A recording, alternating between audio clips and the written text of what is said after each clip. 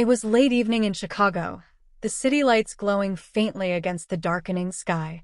Daniel Carter, a hardworking 34-year-old architect, returned home after a long day at the firm. He had been finalizing blueprints for a major urban housing project, one that could shape the future of the downtown skyline. All he wanted was to step inside his apartment, rest his head, and maybe share dinner with his longtime girlfriend, Emily Sanders. But when he walked through the door, he immediately sensed something was off. Emily was sitting on the couch, her eyes red as though she had been crying, her phone clutched tightly in her hand.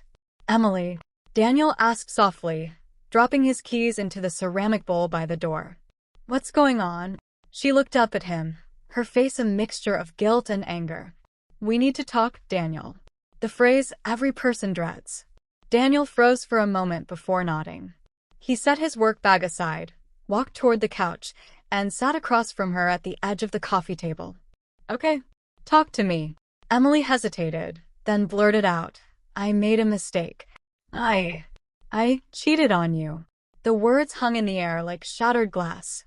Daniel blinked, his mind scrambling to process what she had just said. "You what?"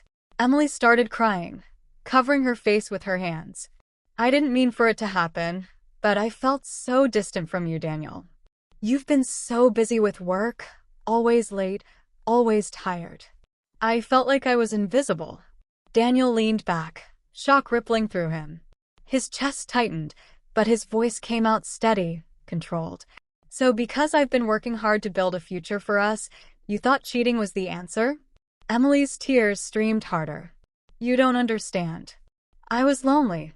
I needed someone to notice me, and he did. If you had been around more." Daniel stood up suddenly, his voice rising. "No, Emily. Stop. Don't you dare blame me for your decision. You chose to do this. You didn't come to me, you didn't tell me how you were feeling, you didn't try to fix it. You betrayed me."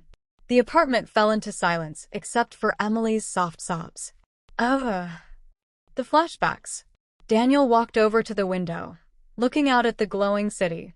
His mind raced back to the past 3 years with Emily. Their road trips across the Midwest, laughing at silly gas station snacks.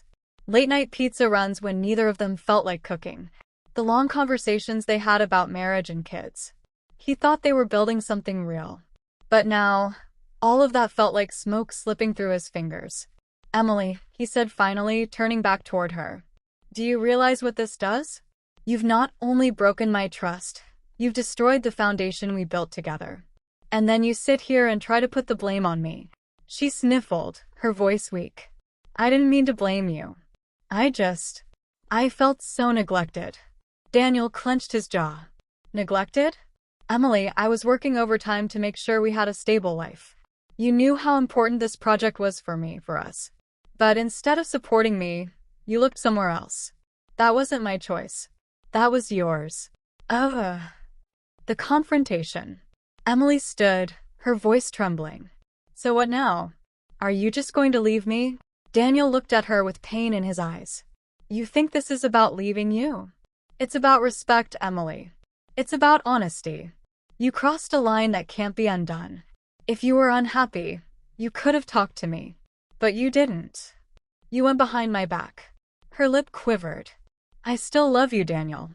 Daniel shook his head slowly. "Love isn't just words, Emily. Love is actions. Love is loyalty. If you loved me, you wouldn't have done this. And if you truly loved me, you wouldn't be standing here blaming me for your mistake." She tried to step closer, but he held up his hand, stopping her. "No, don't. I need space. I need time to think." A friend's support. Later that night, Daniel called his best friend, Michael Brooks, a high school teacher in the city. They met at a diner not far from the river. Michael noticed the heavy look on Daniel's face immediately. "What's going on, man?" Michael asked as they sat in the booth. Daniel sighed. "Emily cheated. And she had the nerve to blame me for it." Michael shook his head, disgust clear on his face. "I'm sorry, Daniel. That's brutal. But listen, this isn't on you. Don't let her words get in your head. People make choices, and she made hers." Daniel nodded slowly, his mind still in turmoil. "It's just, I don't get how someone could throw everything away like that. Michael leaned forward. Because some people don't value what they have until it's gone. Don't you dare carry her mistake as your burden. You've always been the guy who gives everything in a relationship. She didn't deserve that, and she showed you who she really is. Emily's plea. The next day, Emily showed up at Daniel's office. She looked pale, tired, desperate. Daniel, please, she begged as she stood in the lobby. Don't end this. I can change. I'll do whatever it takes. Don't walk away from us. Daniel took a deep breath, steadying himself. Colleagues walked by, pretending not to stare, but the tension was palpable. Emily, Daniel said firmly, this isn't about whether you can change. This is about what's already been done. You betrayed me, and you tried to shift the blame onto me. That shows me you're not ready to take responsibility. And without responsibility, there's no trust.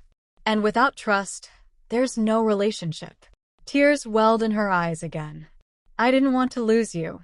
Daniel's voice softened, though his resolve did not. You already did, Emily. Not because I left, but because of the choice you made. Walking away. That evening, Daniel packed a bag and checked into a small apartment rental on the north side of the city. As he sat on the bare couch, he stared at the skyline through the window. The pain was sharp, but beneath it was a strange sense of clarity. For too long, he had blamed himself for not being enough. But now he realized he wasn't the one who broke the relationship. Emily did. And as much as it hurt, he knew he had to move forward. Reflection. Weeks later, Daniel met Michael again at the diner. He looked stronger, more at peace. You look better, Michael said with a grin. Daniel nodded. I've been focusing on me. Work, fitness, spending time with family. It's not easy, but I'm realizing that sometimes walking away is the only way to protect yourself. Michael raised his coffee cup. That's the spirit. You deserve someone who sees your worth without needing to betray you to figure it out. Daniel smiled faintly. Yeah. And when the time's right, I'll find that person. Until then, I'm done carrying the weight of someone else's mistakes. The city outside bustled with life, a reminder that the world kept moving. And so would Daniel. Because at the end of the day, love isn't about excuses. It's about loyalty, respect, and truth. And when betrayal knocks at your door, sometimes the bravest thing you can do is walk away.